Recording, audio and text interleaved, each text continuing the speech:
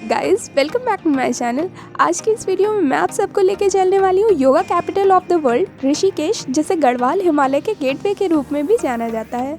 और आप चाहे धार्मिक आस्था में रुचि रखने वाले व्यक्ति हों या फिर आप मौज मस्ती और एडवेंचर के शौकीन हो, ऋषिकेश में हर किसी के लिए कुछ ना कुछ मौजूद है।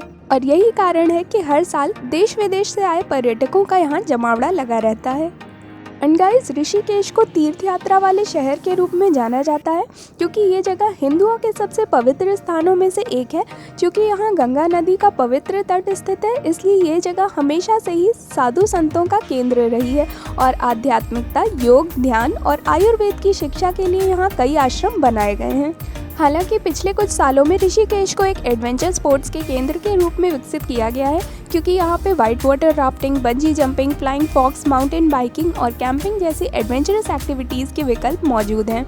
यानी कि ऋषिकेश एक तरह से एक ऑल इन वन पैकेज है, क्योंकि आप यहाँ चाहे धार्मिक यात्रा के उद्देश्य से आएँ या फिर आप एडवेंचरस एक्टिविटीज़ एंजॉय करने के लिए आएँ या फिर आप अपनी डेली लाइफ शेड्यूल से बोर होकर यहाँ के योगा सेंटर्स में कुछ पल शांति से मेडिटेशन करना चाहते हो, ऋषिकेश आपको किसी भी केस में निराश नहीं करेगा। तो चलिए फिर देर किस बात की, जल्दी से स्टार्ट करती हूँ वीडियो को और आपको बताती हूँ कि आपको यहाँ पे पहुँचना कैसे, आप स्टे कहाँ कर सकते हैं, खाने पीने की आपको क्या फैसिलिटीज़ मिलने वाली हैं। साथ ही साथ आपको बताऊंगी कि आपको घूमना कहाँ कहाँ चाहिए, कौन कौन सी एक्टिविटीज़ आप एंजॉय कर सकते हैं और इस सब में आपका कुल खर्चा कितना आ जाएगा। तो ये सारी इन्फॉर्मेशन लेने के लिए बने रहिए हमारे साथ इस वीडियो में। और अगर आप मेरे इस चैनल पर पहली बार आ रहे हैं तो चैनल को जल्दी से सब्सक्राइब कर लीजिए, साथ ही बेल आइकन को प्रेस करना बिल्कुल मत भूलिएगा, जिससे आपको हमारे आने वाले वीडियोस की नोटिफिकेशन मिलती रहे, क्योंकि मैं आप सबके लिए यात्रा संबंधी ऐसी ही इन्फॉर्मेटिव वीडियोज़ लेके आती रहती हूँ। तो चलिए दोस्तों, अब जल्दी से आपको बता देती हूँ कि आपको ऋषिकेश पहुँचना कैसे है। तो फ्लाइट, ट्रेन और बस तीनों ही विकल्प मौजूद हैं ऋषिकेश तक पहुँचने के लिए। एंड गाइस, अगर आप फ्लाइट से आने की सोच रहे हैं तो आपको देहरादून के जॉली ग्रांट एयरपोर्ट पे आना होगा, जो कि ऋषिकेश से लगभग 21 किलोमीटर की दूरी पर है। और एयरपोर्ट के बाहर से आपको काफ़ी सारी टैक्सीज़ देखने को मिल जाएंगी, जो कि आपको ऋषिकेश तक पहुँचा देंगी। और अगर आप ट्रेन से आने की सोच रहे हैं तो ऋषिकेश में रेलवे स्टेशन भी है, आपको अपने शहर से ऋषिकेश रेलवे स्टेशन तक आना होगा। और अगर इन केस आपको आपके शहर से ऋषिकेश रेलवे स्टेशन तक के लिए डायरेक्ट ट्रेन्स नहीं मिलती हैं, उस केस में आप यहाँ के दूसरे नियरेस्ट रेलवे स्टेशन आ सकते हैं, जो कि हरिद्वार में है। और हरिद्वार से ऋषिकेश तक की जो दूरी है वो लगभग 28 किलोमीटर की है, जिसे कवर करने के लिए आपको यहाँ पे काफ़ी सारे बसेस, टैक्सीज़ और ऑटो रिक्शाज़ के ऑप्शंस अवेलेबल हैं, जो कि आपसे लगभग 50 रुपये पर पर्सन तक चार्ज करेंगे और आपको ऋषिकेश पहुंचा देंगे। एंड गाइस, अगर आप बस से आने की सोच रहे हैं तो दिल्ली और आसपास के बड़े बड़े शहरों से आपको ऋषिकेश तक के लिए डायरेक्ट बस मिल जाएगी। इन केस आपको आपके शहर से ऋषिकेश तक के लिए डायरेक्ट बस नहीं मिलती है, उस केस में आपको हरिद्वार आना होगा और हरिद्वार से आपको काफ़ी सारे ऑप्शंस मिल जाएंगे ऋषिकेश तक पहुँचने के लिए। चलिए दोस्तों, अब ऋषिकेश पहुंचने के बाद सबसे पहले आपको अपने रहने के लिए एक जगह देखनी है। तो आपको यहाँ पे होटल, धर्मशाला, डॉर्मेट्री और आश्रम हर तरह की फैसिलिटी अवेलेबल है। और बात करिए अगर हम इनके कॉस्ट की, तो होटल्स में आपको यहाँ पे बजट होटल्स के साथ साथ अच्छे लग्जरी होटल्स भी देखने को मिल जाएंगे। इसलिए होटल्स आपको यहाँ पे 700 से स्टार्टिंग करके 14-15 हज़ार तक के बीच मिल जाएंगे। आप अपनी आवश्यकता और बजट के अनुसार इनमें से किसी का भी चयन कर सकते हैं। और अगर आप धर्मशाला में स्टे करना चाहते हैं तो उसकी कॉस्ट आपको 500 से 1500 तक के बीच पड़ जाएगी। और अगर आप डॉर्मेट्री प्रेफर करते हैं तो उसकी कॉस्ट आपको 200 से 700 के बीच पड़ जाएगी। वहीं अगर आप आश्रम में रहना चाहते हैं तो यहाँ पे काफ़ी सारे ऐसे भी आश्रम हैं जो बिल्कुल फ्री ऑफ कॉस्ट है, यानी कि यहाँ पे आपको किसी भी तरह का कोई शुल्क नहीं पे करना होगा। लेकिन गाइज, यहाँ पे मैं आपको बता दूँ कि इन आश्रम्स की बुकिंग ऑनलाइन नहीं होती है, यहाँ पर आपको आकर ही रूम बुक कराना होगा। और अगर रूम अवेलेबल हुआ तो आपको ज़रूर मिल जाएगा। और यहाँ पे रूम सिर्फ फैमिली मेम्बर्स को ही दिया जाता है, यानी कि अगर आप स्टूडेंट हैं या फिर आप बॉयज़ या गर्ल्स के ग्रुप में आ रहे हैं तो आपको यहाँ पे रूम नहीं मिलेगा। एंड गाइज, होटल्स के रेट को लेकर यहाँ पे मैं एक चीज़ और क्लियर करना चाहूँगी कि यहाँ पे मैंने जो रेट्स बताए हैं वो आपको नॉर्मल डेज़ में देखने को मिलेंगे या फिर आपको ऑफ सीज़न जैसे कि मॉनसून के टाइम पे देखने को मिलेंगे। लेकिन अगर आप पीक टूरिस्ट सीज़न पे जाते हैं या फिर आप अभी जा रहे हैं तो अभी समर वेकेशंस भी चल रहे हैं, 4 धाम की यात्रा भी चल रही है, जिसकी वजह से उत्तराखंड में टूरिस्ट की काफ़ी ज़्यादा भीड़ देखने को मिल जाएगी आपको।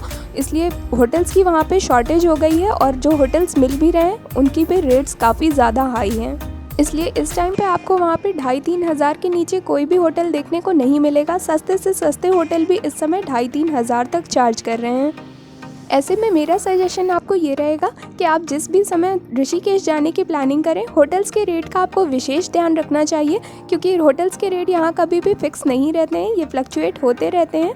इसलिए बेटर ऑप्शन ये रहेगा कि आप जब भी ऋषिकेश जाने की प्लानिंग करें, अपने होटल आदि की बुकिंग पहले से ही करा कर जाएँ। एंड गाइस, होटल की बुकिंग से रिलेटेड एक और सजेशन मैं आपको देना चाहूँगी कि अगर आप धार्मिक यात्रा करने के पर्पज़ से जा रहे हैं तो आपको अपना होटल राम झूला के आसपास देखना चाहिए। वहीं अगर आप मौज मस्ती और एडवेंचरस एक्टिविटीज़ को एंजॉय करने के लिए जा रहे हैं तो आपको अपना होटल लक्ष्मण झूला या फिर तपोवन के आसपास देखना चाहिए। और बात करें अगर हम यहाँ खाने पीने की, तो आपको यहाँ पे खाने पीने की एज सच कोई भी दिक्कत नहीं होने वाली है, क्योंकि आपको यहाँ पे north Indian, south Indian, Chinese और कॉन्टिनेंटल हर तरह का खाना अवेलेबल है। और खाने के कॉस्ट की अगर हम बात करें तो आप 60 रुपये से 200 रुपये तक के बीच भरपेट खाना आराम से खा सकते हैं। एंड गाइस, अब आपको बता देती हूँ कि आपको यहाँ पे घूमना कैसे। तो यहाँ घूमने फिरने के लिए आप स्कूटी या बाइक रेंट पे ले सकते हैं, जिसकी कॉस्ट आपको 500 से 1000 के बीच पड़ जाएगी। और यहाँ पे मैं 500 से 1000 के बीच इसलिए बोल रही हूँ क्योंकि एक तो आप स्कूटी या बाइक का जो भी मॉडल चूज़ करेंगे ये कॉस्ट उसके अकॉर्डिंग डिफर करेगी। और दूसरा, अगर आप पीक टूरिस्ट सीज़न के टाइम पर जा रहे हैं तो हाई डिमांड के चलते ये कॉस्ट वैसे ही थोड़ी बढ़ जाती हैं। और स्कूटी या बाइक रेंट पे लेने के लिए आपके पास आपका ड्राइविंग लाइसेंस और आधार कार्ड होना ज़रूरी है। हेलमेट आपको स्कूटी एजेंसी प्रोवाइड कर देंगे, लेकिन पेट्रोल आपको खुद से पड़वाना होगा गाड़ी में। गाइस, अब जल्दी से बता देती हूँ कि ऋषिकेश में आपको घूमना कहाँ कहाँ है। और इस वीडियो में मैं धार्मिक स्पॉट्स और एडवेंचर एक्टिविटीज़ के स्पॉट्स दोनों को ही कवर करने वाली हूँ। और ये टोटली आपके ऊपर छोड़ती हूँ कि आप अपनी ट्रिप में कौन से स्पॉट्स को कवर करते हैं और कौन से स्पॉट्स को आप स्किप करते हैं। तो दोस्तों, सबसे पहले आप विजिट कर सकते हैं राम झूला, जो कि गंगा नदी पे बना एक 450 फीट लंबा सस्पेंशन ब्रिज है, जो कि टिहरी गढ़वाल को पौड़ी गढ़वाल से जोड़ता है। और इसी पुल के पास आपको स्वर्ग आश्रम देखने को मिल जाएगा। साथ ही साथ यहाँ और भी काफ़ी सारे आश्रम और मंदिर बने हुए हैं जहाँ पे आप जाके दर्शन कर सकते हैं। और इसके अलावा इस पुल पे वॉक करते हुए आप ऋषिकेश के खूबसूरत नज़ारों और कल कल करके बहती हुई गंगा नदी के अद्भुत सौंदर्य को भी देख सकते हैं। और इसके बाद आप राम झूला से लगभग 2 किलोमीटर के डिस्टेंस पे विजिट कर सकते हैं लक्ष्मण झूला, जो कि गंगा नदी के ऊपर बना एक दूसरा हैंगिंग ब्रिज है।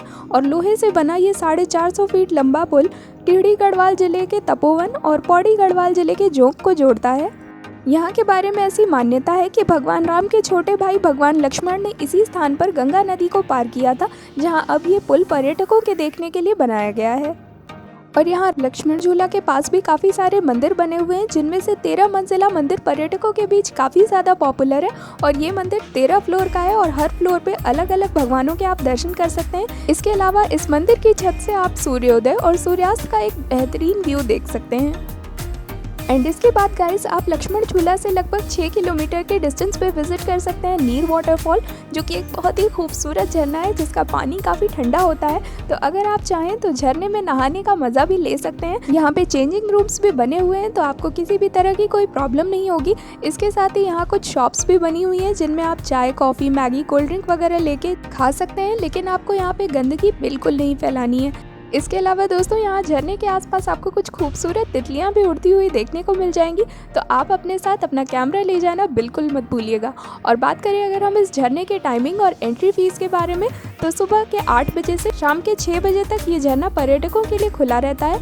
और भारतीय पर्यटकों के लिए इसकी एंट्री फीस 30 रुपये प्रति व्यक्ति है, वहीं विदेशी पर्यटकों के लिए इसकी एंट्री फीस 50 रुपये प्रति व्यक्ति है।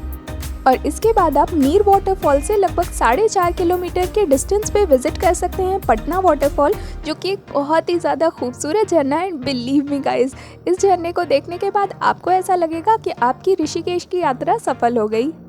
और इस झरने तक पहुंचने के लिए आपको लगभग 1 किलोमीटर की खड़ी चढ़ाई चढ़नी होगी, जिसे हर उम्र के लोग आराम से पार कर सकते हैं। लेकिन हाँ, अगर आपके घुटनों में तकलीफ है तो आपको इस झरने को स्किप कर देना चाहिए, क्योंकि उस केस में हो सकता है आप ये खड़ी चढ़ाई ना चढ़ पाएँ। लेकिन गाइस, आप इस हाइकिंग की पूरी थकान को भूल जाएंगे, क्योंकि एक तो ये झरना अपने आप में इतना ज़्यादा खूबसूरत है, दूसरा इस झरने का पानी इतना ज़्यादा ठंडा और रिफ्रेशिंग है कि एक बार इस झरने में भीगने के बाद आपकी सारी थकान दूर हो जाएगी। स्पेशली अगर आप इस झरने से उड़ती हुई छोटी छोटी पानी की फुहारों को एंजॉय करते हैं तो वो आपको काफ़ी ज़्यादा रिलैक्सिंग और पीसफुल लगेगा। लेकिन अगर आप इस झरने में नहाने की प्लानिंग से जा रहे हैं तो यहाँ पे मेरा एक छोटा सा सजेशन आपको ये रहेगा कि आपको अपने बालों में ऑयलिंग करके जाना है।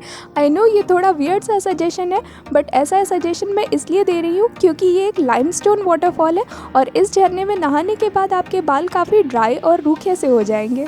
तो यहाँ पे मेरा सजेशन आपको ये रहेगा कि आप पहले से ही हेयर ऑयल और बॉडी लोशन वगैरह अप्लाई कर लीजिए।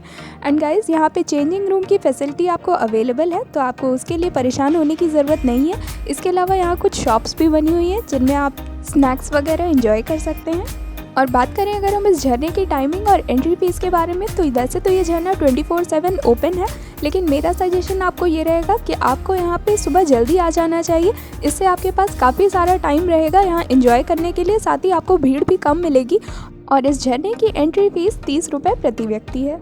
एंड गाइस अब जल्दी से आपको बता देती हूँ कि आप यहाँ पे कैंपिंग, रिवर राफ्टिंग और बंजी जंपिंग जैसी एडवेंचरस एक्टिविटीज़ कैसे एंजॉय कर सकते हैं। तो दोस्तों ये सारी एक्टिविटीज़ एंजॉय करने के लिए आपको पहले बुकिंग करानी होगी, जिसके लिए आपको तपोवन या फिर लक्ष्मण झूला के आसपास काफ़ी सारे बुकिंग एजेंट्स देखने को मिल जाएंगे।